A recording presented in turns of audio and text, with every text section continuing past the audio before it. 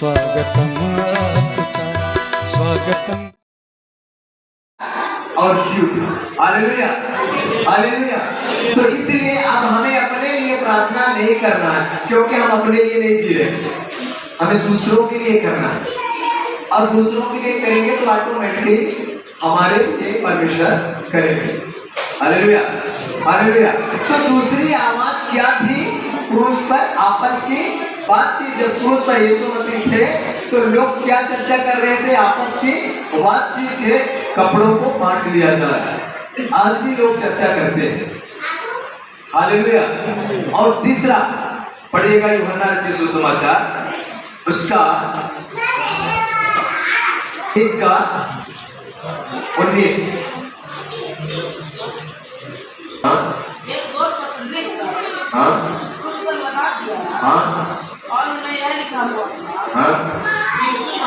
यीशु नासरी यहूदियों का राजा। यह दोष पत्र बहुत से यहूदियों ने पढ़ा।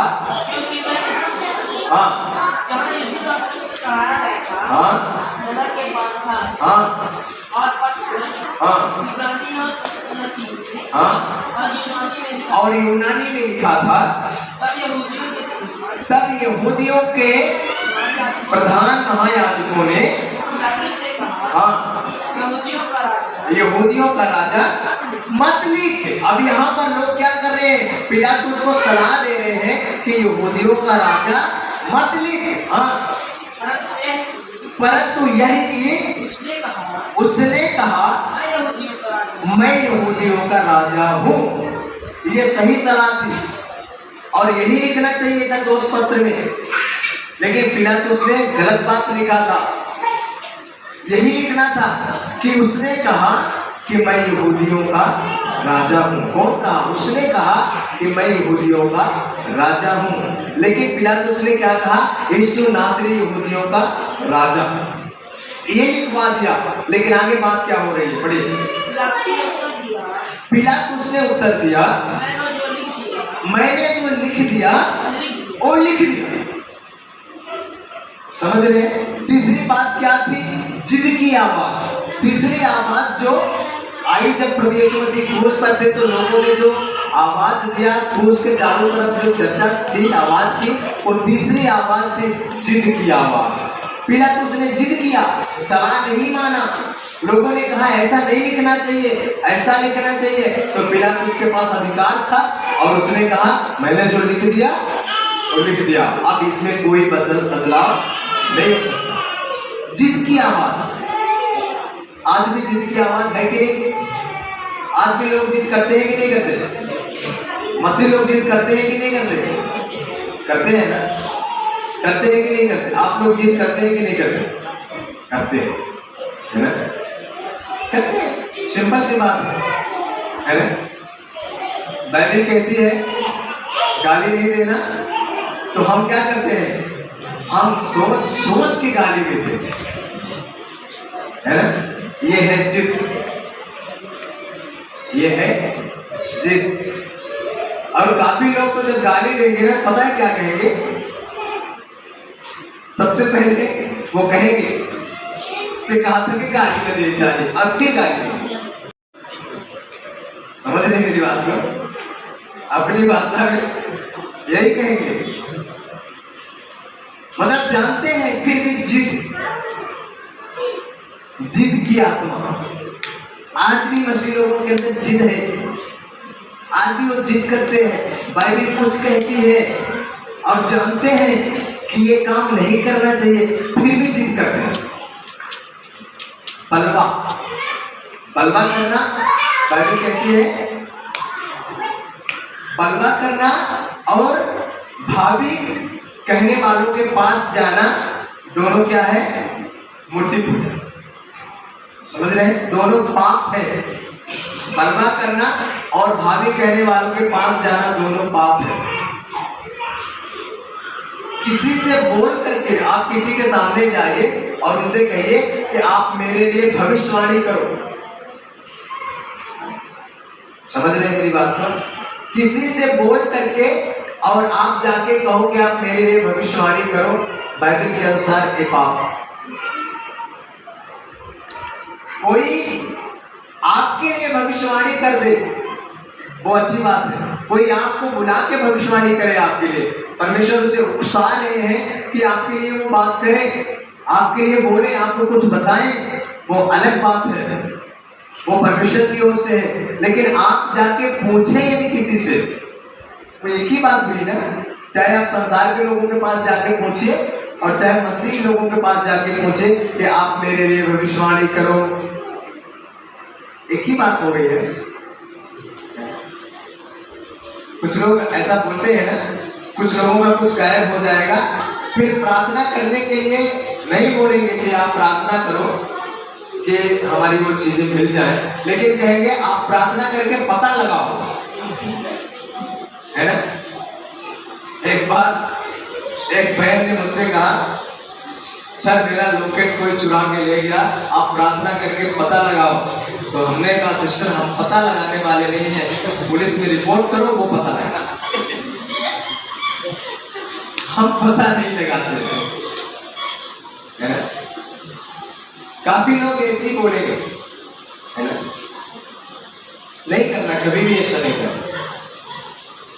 ठीक है, अभी तक आप अनजान थे इस बात के लिए, तो परमेश्वर उस बात को माफ करता है। लेकिन जानबूझ करके किसी भी प्रभु के दास के पास जाकर के आप उनसे कहो कि आप मेरे लिए भविष्यवाणी करो। आप ये बोल सकते हैं उनके पास जाकर के, आप मेरे लिए प्रार्थना करो, मेरा ये विषय है, मेरी ये समस्याएं हैं, मेरी ये परेशानियां हैं, आप मेरे लिए प्रार्थना करो।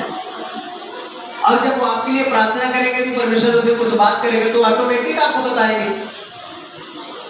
लेकिन जानबूझ करके जाके कि हम जाएंगे अपने लिए भविष्यवाणी करवाएंगे, ये सही नहीं है, ये बाइबल के खिलाफ।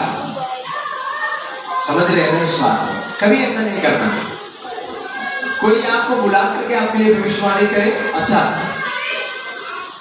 कोई आपके पास आकर के आपके लिए भविष्यवाणी करे, अच्छा, वो परमेश्वर की ओर से के लिए, अपने लिए, अपने परिवार के लिए, अपने बिजनेस के लिए, अपनी समस्या के लिए, अपने परेशानी के लिए आप उनके सामने जाके प्रार्थना करवा रहे, उनको कुछ परमेश्वर ने भविष्यवाणी का शब्द दिया, उन्होंने आपको बताया, अच्छा है, वो परमेश्वर की ओर से।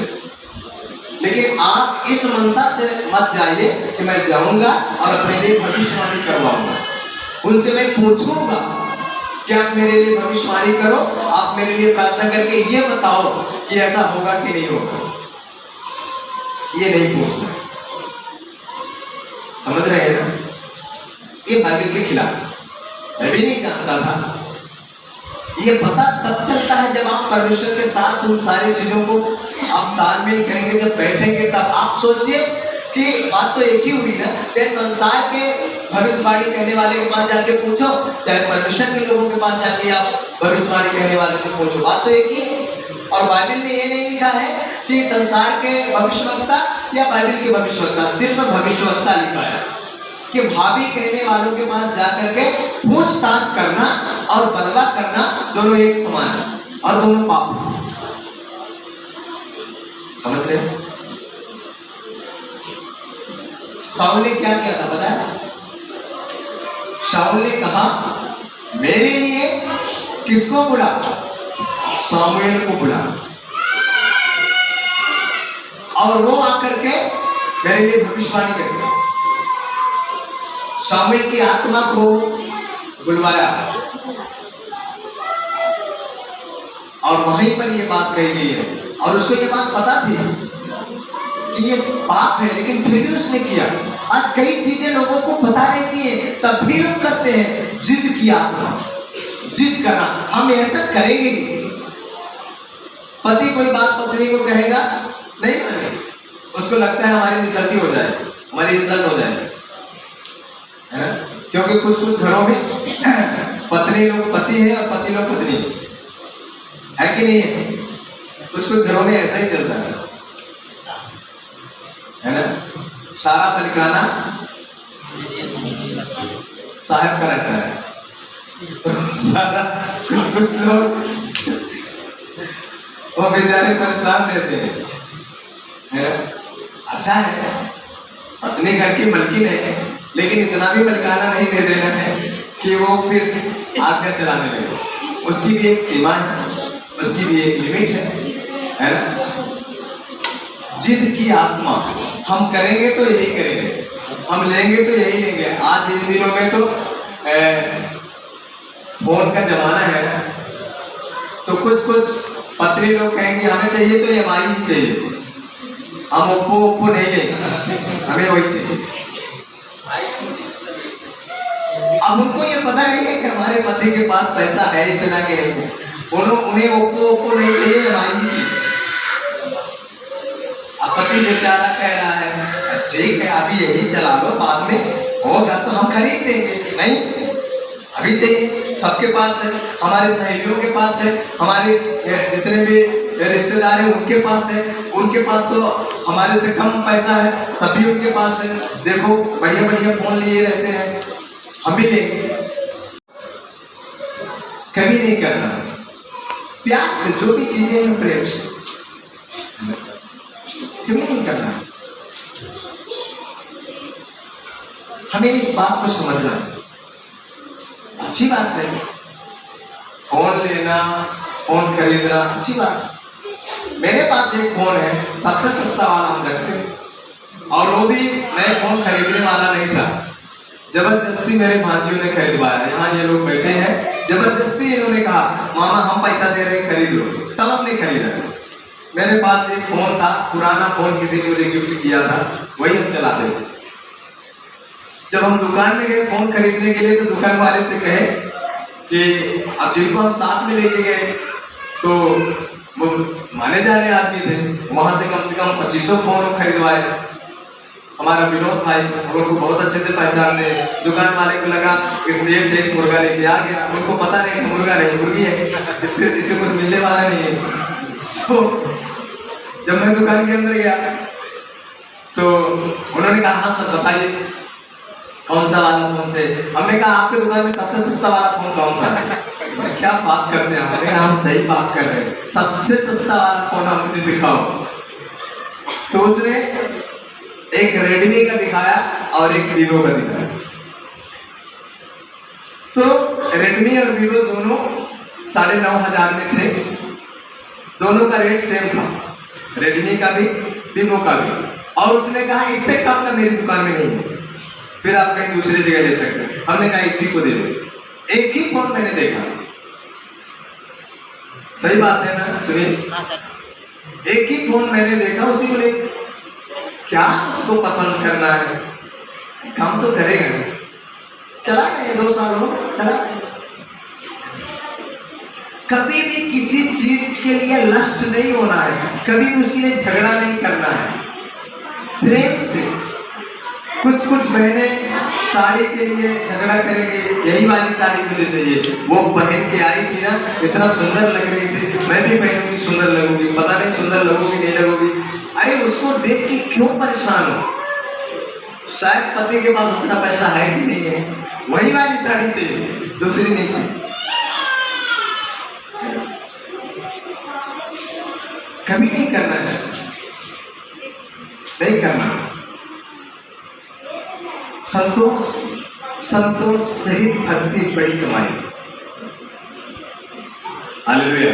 मैं आपको यकीन दिलाना चाहता हूँ, मैं आपसे कहना चाहता हूँ, जब आप परमेश्वर के वचन के अनुसार जीवन जिएंगे ना, मैं आपसे कहना चाहता हूँ जो 5,000 की साड़ी पहन के आएंगे ना, 500 की साड़ी और 5,000 की साड़ी में कोई फर्क देखने को नहीं मिलेगा। वो सुंदरता आपके अंदर परमेश्वर डालेगा, समझ रहे? चेहरे की सुंदरता नहीं होती है, सुंदरता तो इस आवाज में होती है, मिठास तो इस आवाज में होती है ना। और परमेश्वर अंदर का रूप देखता है, बाहर नहीं देखता। बाहर आप कितना भी सजा लो, बाहर तो संसार के लोग देखेंगे। किसी का सुंदर चेहरा, किसी का सुंदर रूप कब तक आपको याद रहता है, बताइए? कब तक याद रहता है? गलत है। 1 साल 2 साल गलत। कब तक याद रहेगा?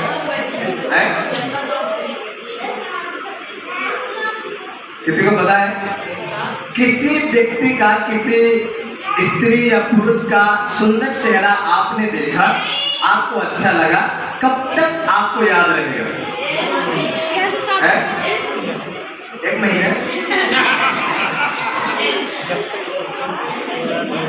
किसी के पास जवाब नहीं। जानते हैं कब तक याद रहेगा? जब तक उससे सुंदर चेहरा आप नहीं देख लेंगे तब तक वो चेहरा याद रहेगा। जैसे उससे भी ज्यादा सुंदर चेहरा आपके सामने आया, वो वाला भूल जाएगा। समझ रहे हैं? किसी का सुंदर चेहरा आपको तब तक याद रहेगा जब तक आपके सामने कोई दूसरा सुंदर चेहरा नहीं आएगा। लेकिन आपकी सुंदर आवाज जानते हैं कब तक याद रहेगी? जब तक आप नहीं मर जाएंगे तब तक वो आपको याद रहेगी। किसी की सुंदर आवाज, किसी की सुंदर व्यवहार, किसी का सुंदर प्रेम तब तक याद रहता है जब तक इंसान मर नहीं जाता, तब तक वो याद करता है।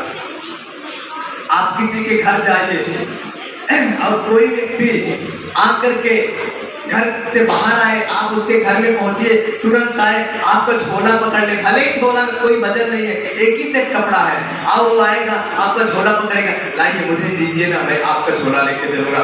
आपका झोला पकड़ेगा, उसी टाइम में उसके हृदय में आएगा, देखो कितने अच्छे आदमी आगे हमारा झोला थामने के लिए, और बड़े प्यार से आपको घर के अंदर ले जाएंगे, बैठिए, आप पानी लाते हैं, आपके लिए पानी लाएंगे, पिलाएंगे, खिलाएंगे। आप कभी भूले? आने के टाइम में तो आप ऑटो से आए थे, जाने के टाइम में कहेंगे भैया आप ऑटो से मत जाना, आपको कार लेके हम चलेंगे छोड़ने के लिए, नहीं तो हम आपको अपनी मोटरसाइकिल से चलेंगे छोड़ने के लिए, नहीं तो चलो कार मोटरसाइकिल साइकिल है ना, उसी से चलेंगे छोड़ने के लिए।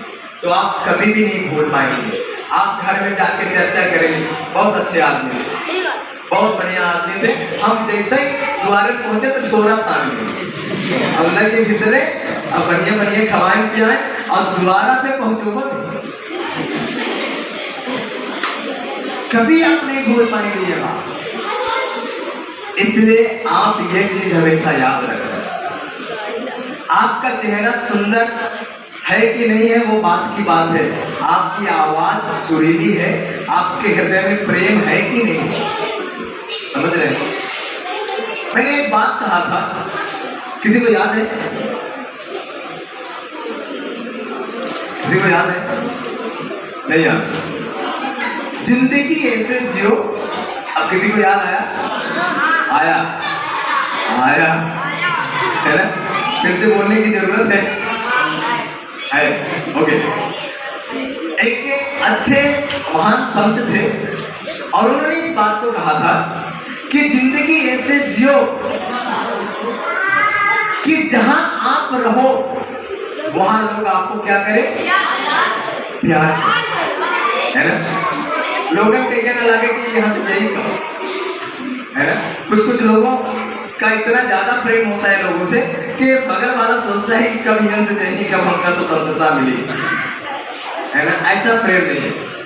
तो किसी ने, एक अच्छे संत ने कहा, जिंदगी ऐसे जियो कि जहां आप रहो लोग वहां आपको प्यार करें, और जिंदगी ऐसे जियो कि जब आप वहां से जाओ तो लोग आपको याद करें, और जिंदगी ऐसे जियो कि आप जहां जाने वाले हो लोग वहां आपका इंतजार करें। Hallelujah, hallelujah.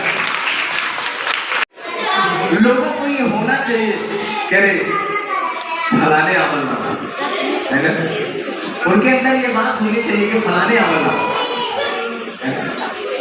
मतलब जो भी उनका नाम है, नाम दे करके, है ना? तो ये आपकी जिंदगी में होनी चाहिए। क्या हमारी जिंदगियों में ये बातें हैं? सोचिए, क्या जहां आप रहते हैं वहां लोग आपसे प्रेम करते हैं? क्या आपका प्रेम लोगों के प्रति है? आप जब वहां से जाएंगे तो क्या लोग आपको याद करेंगे कि कितने अच्छे आदमी थे, वो चले गए? आपको फोन कर करके लोग आपको क्या कहते हैं? आपकी बहुत याद आती है, ऐसा कहेंगे? आप जहां जा रहे हैं वहां लोग आपके इंतजार में क्या है? ये बात हमारे अंदर होनी चाहिए। ये जुबान जो है ना, इस शब्द जो है ना, यही शब्द बाइबल कहती है शब्द मारता है और शब्द जिलाता है ना। किसी संत ने कहा कि शब्दों में वो जान है। क्या है? शब्दों में वो जान है, इसी से आती अरसाद और अजान है। शब्द समुंदर के वो मोती हैं जिससे दुनिया के अच्छे लोगों की पहचान। Hallelujah, hallelujah. तो शब्द ही ये समुंदर के वो मोती हैं जिनसे दुनिया के अच्छे लोगों की पहचान है। अच्छे और बुरे लोगों की पहचान कहाँ से होती है? सूरत से होती है क्या? उनकी शक्ल से होती है क्या? फिर कैसे होती है? जब वो बोलते हैं तब समझ में आता है कितने अच्छे है ना। जब वो बोलते हैं ना तब समझ में आता है कि इनकी बात कितनी प्यारी है, कोयल की है या कौवे की है, तब समझ में आता है ना? क्या सुरीली आवाज है, एक बार सुना है अब कभी सुनने को ना मिले। ऐसे भी लोग हैं। लेकिन हम कौन सी कैटेगरी में, ये हमें सोचने की आवश्यकता है, ये हमें जानने की आवश्यकता है ना। तो ये बातें कहाँ से शुरू होती हैं? ये बातें परिवार से शुरू होती है। यदि परिवार में आप अच्छे तरीके से बोलना नहीं सीखे हैं ना, पति पत्नी के साथ अच्छे से बात करना नहीं सीखे हैं, तो बाहर आप बात नहीं कर सकते। परिवार से बात करना सीखे अच्छे से, है ना। परिवार से अच्छे से बात करें। लेकिन आज का जमाना क्या है ना, आज के जमाने में परिवार से अच्छे से बात नहीं करेंगे। ये मोबाइल फोन जो आया है ना, मोबाइल फोन तो इतना गड़बड़ कर रहा है इन दिनों में। अपने पति से कभी भी हंस के पत्नी बात नहीं करेंगी। बहुत सारी पत्नियां, सब पत्नियों की बात नहीं कर रहे हैं, बहुत सारी पत्नी लोग पति को फोन करेंगी, हमेशा गुस्से में बात करेंगी, कभी हंस के बात नहीं करेंगी। और किसी दूसरे व्यक्ति से जब बात करेंगे, क्या खाया, मतलब पूछते रहेंगे क्या खाया, क्या पिया, कब सोया, कब उठा, सब पूछेंगे, पति से नहीं पूछेंगे। और पति लोग भी कम नहीं है, पति लोग भी कम नहीं है। पत्नी से तो कभी अच्छे से बात नहीं करेंगे, लेकिन दूसरे से कितना अच्छे से मिठला मिठला के बात करेंगे। हाँ, आप सुनते रह जाएंगे, है ना। घर में प्रेम कैसे बनेगा? नहीं बन सकता। एक सिस्टर ने एक दिन मुझसे फोन करके कहा कि भैया, जब तक मैं घर में अकेली रहती हूँ तो अच्छा रहता है, जब ये घर में आते हैं ना तब पता नहीं मुझे क्या हो जाता है। मैंने कहा क्यों नहीं होगा? होगा, जरूर होगा। क्योंकि जब अपना पति अपने को पसंद नहीं होता ना तो यही होता है। हम तो डायरेक्ट बोलने वाले हैं, अरे नाराज हो जाओगे तो मेरा क्या करोगे, दोबारा फोन मत करना, बस इतना ही कर सकते हो ना। बस हो, तब से उनका फोन नहीं आता। अच्छा, धन्यवाद। अरे किसी का पति जब घर में आता है तो पत्नी गुस्सा होती है या खुश होती है? बताइए, खुश होती है ना। फिर उन्होंने कहा कि जब ये घर से बाहर आते हैं तो अच्छा लगता, जब ये घर में आते हैं ना तभी हमें गुस्सा आता है। तो गुस्सा आएगा क्यों नहीं? वो पसंद नहीं है, इसलिए गुस्सा है ना। कभी कभी पति लोग भी ऐसे होते हैं, पत्नी घर में नहीं रहेगी, आनंद के साथ दूसरे से बात करते रहेंगे, पत्नी जब घर में आएगी गुस्सा आएगा। ये जमाना है, ये मसीहत है। मसीह लोगों की भी बात कर रहे हैं, बाहर के लोगों की बात नहीं कर रहे। मसीह लोगों में ये सारी चीजें हैं। जिसने मुझे फोन करके कहा वो भी मसीह है, लेकिन कैसे मसीह है, उसके चर्च में क्या सिखाया जाता है मुझे पता नहीं। लेकिन मैं जहां तक विश्वास करता हूं कि चर्च में पास्टर कभी गलत बात नहीं सिखाते, सब पास्टर अच्छी बात सिखाते हैं। लेकिन लोग गलत तरीके से उसको इस्तेमाल करते हैं, गलत तरीके से मानते हैं, है ना। तो मेरे कहने का जो मतलब है, चर्चाएं, है ना, जीते जिद कभी नहीं करना, किसी भी बात में जिद नहीं करना, प्यार से। आपके पति के पास कितना पैसा है आप जानते हैं। जब भी कोई चीज आपको ला करके दे, बड़े आदर के साथ आप उसे ग्रहण कर लो और आप उन्हें धन्यवाद दो। पति कितना खुश हो जाएगा। पत्नी भी जब कभी भी पति के साथ आकर के कुछ मांगती है, कुछ बात करती है, तो पति को भी अच्छे से समझाना चाहिए, देखो हम तुम्हारी बात मानते हैं, हमारे पास इतना पैसा है, हम जरूर तुम्हारे लिए ला के देंगे, है ना। हमें नहीं बोलना है। हमारी पत्नी एक दिन बोली हमें फेयर एंड लवली चाहिए, तो हमने कहा मंगाएंगे, मंगा दिया, पूछ लीजिए, मंगा दिया। फेयर एंड लवली कौन सी बड़ी बात है भाई, है ना। मंगाना है, पति लोगों को लाना भी है। यदि पत्नी फेयर एंड लवली मंगाती है तो लाना। अब कुछ भाई लोगों को थोड़ा गुस्सा आ रहा है कि हमारी भी पोल खुल रही है, हमारी पत्नी तो मांगती है, हम उसको देते नहीं है, तो घर में जाके आप कहेंगे देखो मास्टर ने दिया, आप तो मुझे कभी देते नहीं हो। देना चाहिए क्योंकि वो आपके लिए कितना मेहनत करती है। वास्तव में हम किसी की तरफदारी की बात नहीं कही जा रही, पर जो काम बहन लोग करती है ना, एक दिन भाई लोग करके दिखाए, समझ में आ जाए। मैं जानता हूं जो काम बहन लोग करते हैं ना घर में, एक दिन भाई लोग करके दिखा दे, मैं समझ जाऊंगा कि हाँ है इनमें कुछ दम है, मुझ में ताकत, तो समझ में आएगा।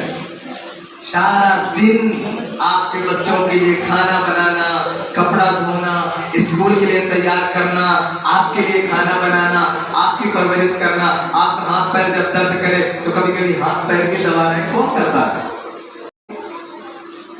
तो एक दिन उनका काम करके देखिए तो समझ में आएगा, है ना। सोचने वाली बात है, हमें उन्हें धन्यवाद देना चाहिए, क्योंकि वो वास्तव में बहुत मेहनत करने वाली होती है ना।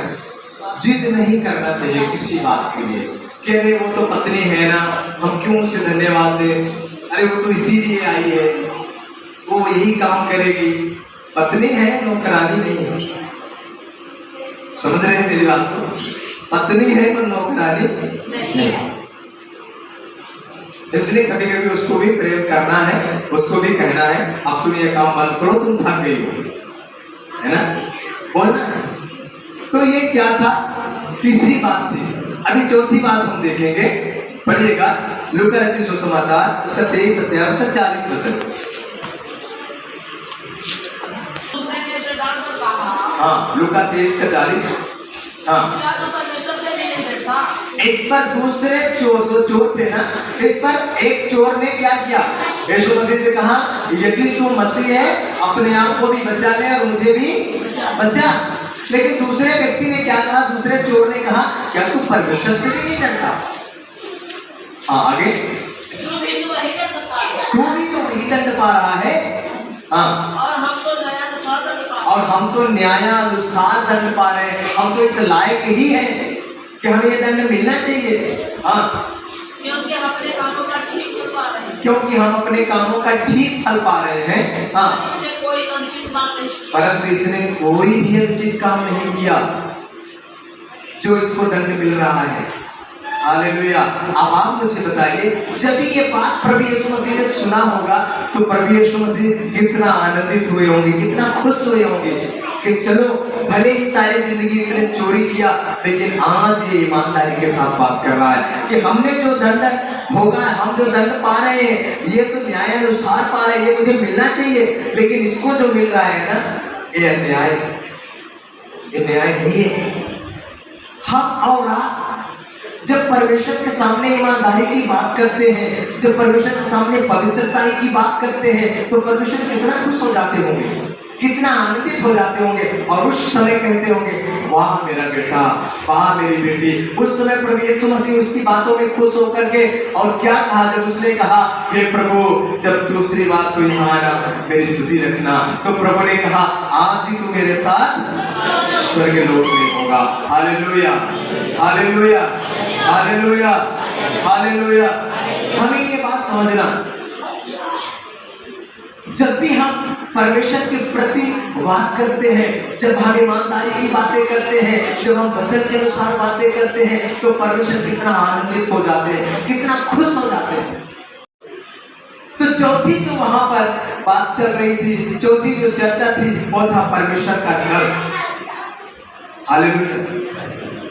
यीशु मसीह भी क्रूस पे थे, ये चोर भी क्रूस पर था, लेकिन उस टाइम में उसके अंदर परमेश्वर का डर आया, परमेश्वर का भय आया, और उसने कहा ऐसा मत बोल, अरे हम तो जो दंड पा रहे हैं ना, न्याय के साथ पा रहे हैं, लेकिन इसको जो मिल रहा है ये अन्याय है, इसने कोई गुनाह नहीं किया। समझ रहे? परमेश्वर का डर, जब हम और आप परमेश्वर के प्रति डर रखते हैं, जब डर और भय से जीवन बिताते हैं, अरे ये काम मैं कर रहा हूँ और ये काम परमेश्वर को पसंद नहीं है, परमेश्वर नाराज हो जाएंगे, तो क्या नहीं करेंगे आप कोई गलत काम नहीं करेंगे, तो परमेश्वर कितना खुश हो जाएंगे, बताइए। जब आपके अंदर परमेश्वर का डर रहेगा, परमेश्वर का भय रहेगा, तो कितना आनंदित परमेश्वर होगा। वो तो मन की बात जांचने वाला है, परमेश्वर आपके मन की बातों को जांचता है। Hallelujah, hallelujah. तो ये थी चौथी बात। अभी पांचवी बात जो वहां पर चल रही थी, पांचवी आवाज क्या थी वहां, क्या कौन सी आवाज आ रही थी? पढ़िएगा लूका रचित सुसमाचार उसका 23 अध्याय का 41 वचन। हाँ,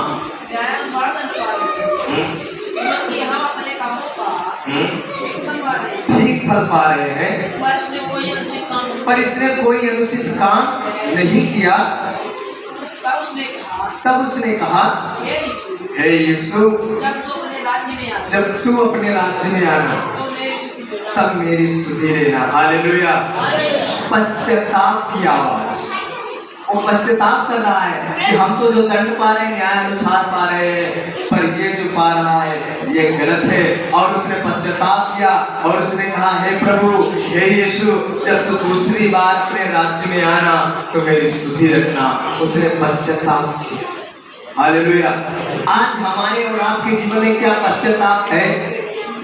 बड़ी बड़ी लोग गलतियां कर देते हैं, फिर भी उनके अंदर कोई शोक नहीं होता, कोई पछतावा नहीं होता है, वो ऐसे ही उसे छोड़ देते हैं।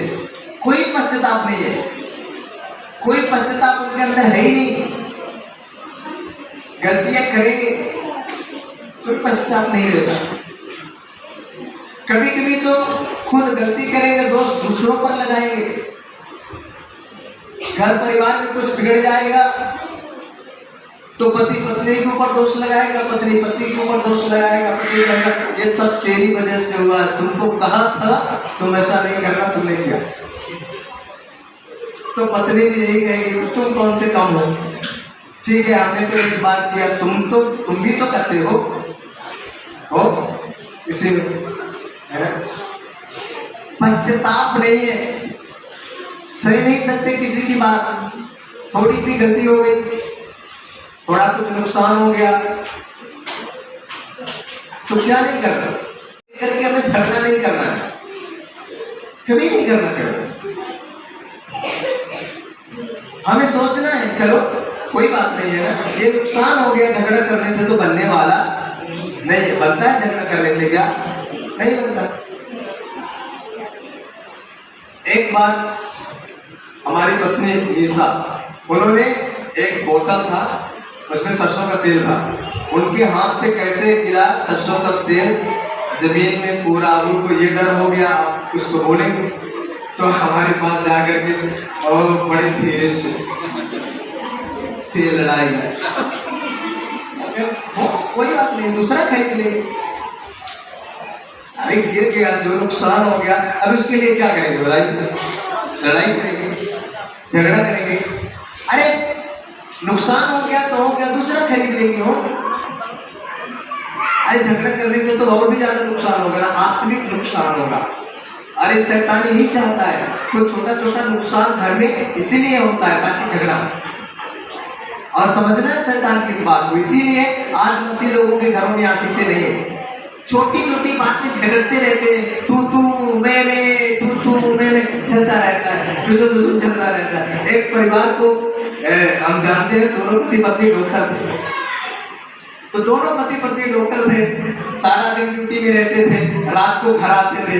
तो जब उन लोगों में लड़ाइयाँ होती थी ना, तो पता है कैसे लड़ाई होती थी? ऐसे साधारण लड़ाई नहीं होती थी। किचन के सारे बर्तन रोड पे आ जाते थे, ऐसी लड़ाई होती थी।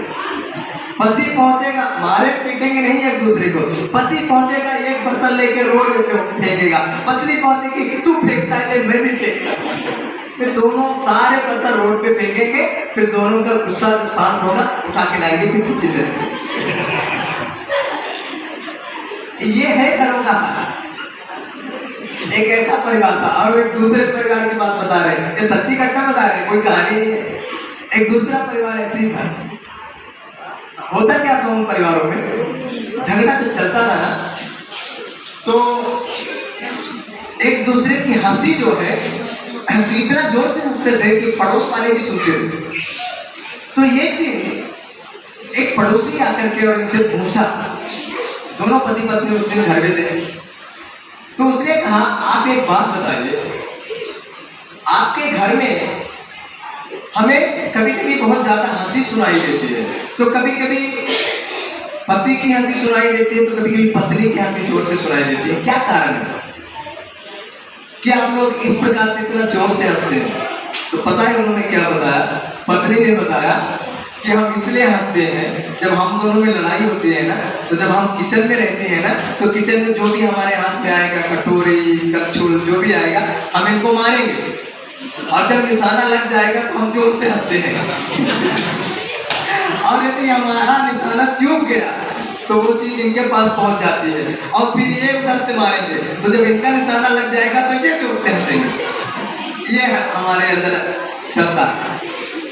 तो ऐसे भी घर है, ऐसे भी परिवार है ना, लेकिन हम लोगों में ऐसा नहीं होना चाहिए। हमें हंसना है तो बिना मारे पीटे हंसना है, ऐसे नहीं कि निशाना लग जाए तब हंसना है, कभी ऐसा निशाना नहीं लगाना, नहीं तो निशाना तो पक्का लग जाएगा, है ना। तो इसलिए ऐसा निशाना नहीं लगाना। तो हमें ये बातें समझना है। तो पांचवी बात हमने क्या देखा? पश्चाताप। हमारे अंदर गलतियों का पश्चाताप होना चाहिए। पति ने यदि गलती किया, पति से कुछ गलती हो गई, तो पत्नी से माफी मांगने में कोई शर्म नहीं है ना, मांगते हैं। और पत्नी से कोई गलती हो गई तो पति से माफी मांगने के लिए कोई शर्म। हाँ, पत्नी लोग तो सोचते हैं कैसे माफी मांग सकते हैं, इसलिए आवाज नहीं आ रही। कभी नहीं सोचना है, तब आशीषें आएंगी। आज मसीह घरों में इसीलिए आशीषें नहीं है। आज मसीह लोगों का जीवन ही ऐसा है कि आशीष परमेश्वर चाहकर भी नहीं दे पा रहे, वो प्रेम नहीं है उनके घर में। और बाइबल इस बात पे गवाह है कि प्रेम ही परमेश्वर है। परमेश्वर को किसी ने नहीं देगा। यदि हम आपस में प्रेम करें तो परमेश्वर हमें और आप में बना रहेगा। तो आपस में प्रेम करने की बात क्या पति पत्नी में नहीं है प्रेम, तो दूसरे से क्या प्रेम करेंगे, है ना। आपस का प्रेम, पति पत्नी का प्रेम, परिवार का प्रेम, तभी तो परमेश्वर की आशीष आएगी, है ना, नहीं तो नहीं आएगी, है ना। ये बात समझना है। आइए छठवीं बात हम देखते हैं। छठवीं आवाज क्या थी जो वहां आ रही थी क्रूस के इर्द गिर्द, क्रूस के अगल बगल? जो छठवीं आवाज थी वो कौन सी आवाज थी? पढ़िएगा लूका रचित सुसमाचार उसका 23 अध्याय उसका 42 वचन। 42। जब तो अपने राज्य में आए तब मेरी सुधि लेना, स्वर्ग जाने की तैयारी। छठवीं आवाज जो थी वो स्वर्ग जाने की तैयारी चल रही थी वहां पर। और ये चोर जो था तो ये स्वर्ग जाने की तैयारी कर रहा था कि जब तू दूसरी बार आए मेरी भी सुधि लेना प्रभु, ताकि मैं भी तेरे साथ जा सकूं। हालेलुया। आज क्या हमारे और आपके जीवनों में ये तैयारियां हैं? बताइए, क्या ये स्वर्ग जाने की तैयारी हमारे और आपके जीवन में है? नहीं है ना। स्वर्ग जाने की तैयारी। एक और वचन पढ़ेंगे उसका, अभी हम 7वीं बात को पढ़ेंगे, उसका पढ़िएगा मत्ती रचित सुसमाचार 27 अध्याय उसका 51 वचन। हाँ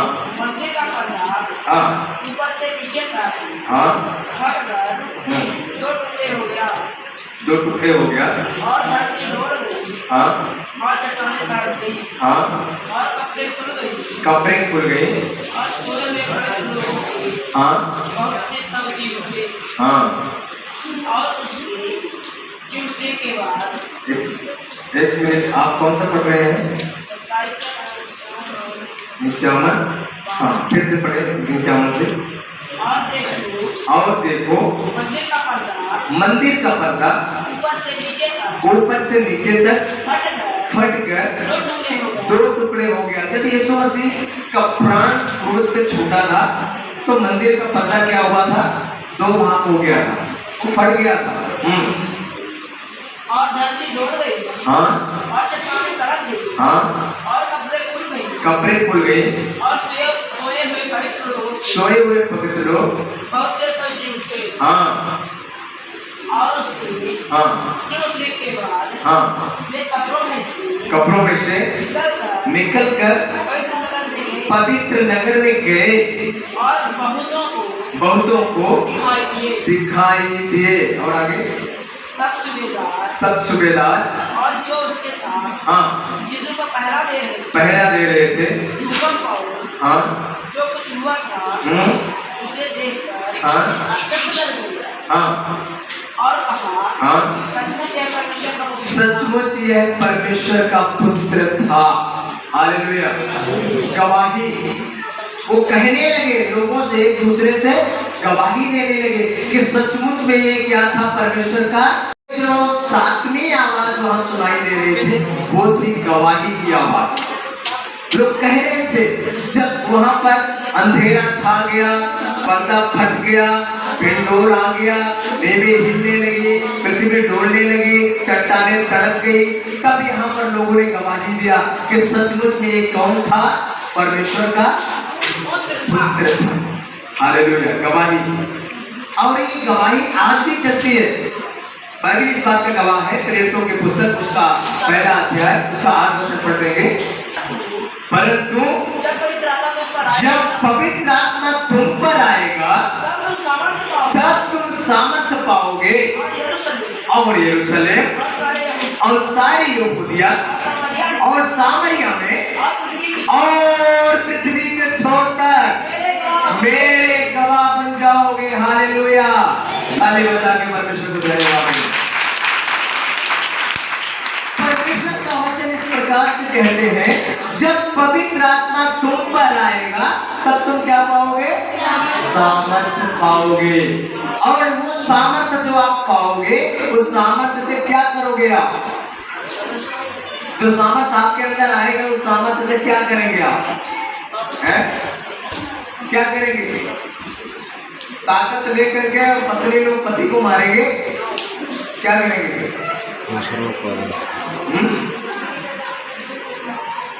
क्या करेंगे बताइए? पति लोग क्या करेंगे? जो सामर्थ आपको मिलेगा तो उससे लड़ाई करेंगे।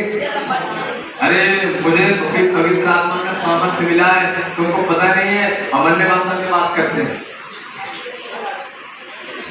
ऐसे बोलेंगे। झगड़ा करने के लिए सामर्थ दिया गया है, किसी को गिराने के लिए सामर्थ दिया गया, फिर ये पवित्र आत्मा का सामर्थ दिया क्यों गया? पृथ्वी के छोर तक, यरूशलेम, यहूदिया, सामरिया, पृथ्वी के छोर तक मेरे गवाह बन जाओगे। Hallelujah, hallelujah. आज हम और आप जहां भी जाते हैं तो क्या करने जाते हैं? उसकी गवाही देने जाते हैं। देखो हमारा परमेश्वर ये कर सकता है, हमारा यीशु मसीह ये कर सकता है, उसकी गवाही तो बताते हैं, वही तो बोलने जाते हैं ना, कहीं भी जाए आप, है ना। सामर्थ्य इसलिए हमें दिया जाएगा पवित्र आत्मा का ताकि हम उसके गवाह बन जाएं, लेकिन आज वो नहीं हो पाता है। हम इसलिए सामर्थ्य उससे मांगते हैं ताकि हम और हमारा परिवार अच्छा से भला चंगा रहे, तंदुरुस्त रहे। बाकी किसी से मतलब नहीं है, बाकी किसी से कोई मतलब नहीं है। संसार के लोग एक नारा लगाते हैं, अपना काम बनता भाड़ में जाए जनता। अपना काम बनेगा, बाकी से कोई मतलब नहीं है ना। अपने काम की सबको फिक्र है, अपने काम के लिए सबको परेशानी है, अपना काम बनना चाहिए, दूसरे का नहीं देखते, है ना। लेकिन हम भी अपने लिए जी रहे हैं या दूसरे के लिए जी रहे हैं। हमने वचन में पढ़ा ना, फिर से उस वचन को पढ़वाए। कौन सा वचन तैयार है? दूसरा कुरिन्थियों 5 अध्याय 15। सबको भूल जाता है। दूसरा कुरिन्थियों 5 का 15 फिर से पढ़ दो, उसके बाद प्रार्थना करें। और वह इस निमित्त हाँ, और वह इससे निमित्त सबके लिए मरा कि जो जीवित है, कि जो जीवित है। हम सब जीवित हैं, जीवित है, सच में जीवित है कि नहीं है? कुछ लोगों को अभी भी संदेह हो रहा है कि हम जीवित है कि नहीं है। अभी भी मतलब हिम्मत के साथ बोल नहीं पा रहे कि हाँ हम जीवित हैं। बोलिए जो कि हम जीवित हैं, हम जीवित हैं, हम जीवित हैं। आप जीवित हैं तो हिम्मत के साथ क्यों नहीं बोलते कि हम जीवित हैं? बहुत दिन, हाँ हम जीवित हैं। जीवित क्या है? मरे हुए जैसे बोल रहे हैं। हम जीवित हैं। हाँ, तो वचन क्या कहता है? पढ़ो, फिर से पढ़ो। और वह इस निमित्त और वह इस निमित्त के लिए मरा सबके लिए मरा कि जो जीवित है, अब जो जीवित है वे आगे को अपने लिए ना जिए, क्या लिखा है? ऐसा लिखा है। आप लोगों के बाइबल में क्या लिखा है? अपने लिए जिए। ऐसा नहीं लिखा है ना? क्या लिखा है? अपने लिए ना जिए। मुश्किल है ना? थोड़ा मुश्किल है ना? थोड़ा मुश्किल है। अभी तक तो हम अपने लिए जीते आए हैं, लेकिन आज तो थोड़ा सा एक अलग तरह की बात हो रही है। अब जो जीवित है वो अपने लिए ना जिए, परंतु आगे परंतु उसके लिए जो उनके लिए मरा और फिर जी उठा। Hallelujah, hallelujah. अब किसके लिए जीना है?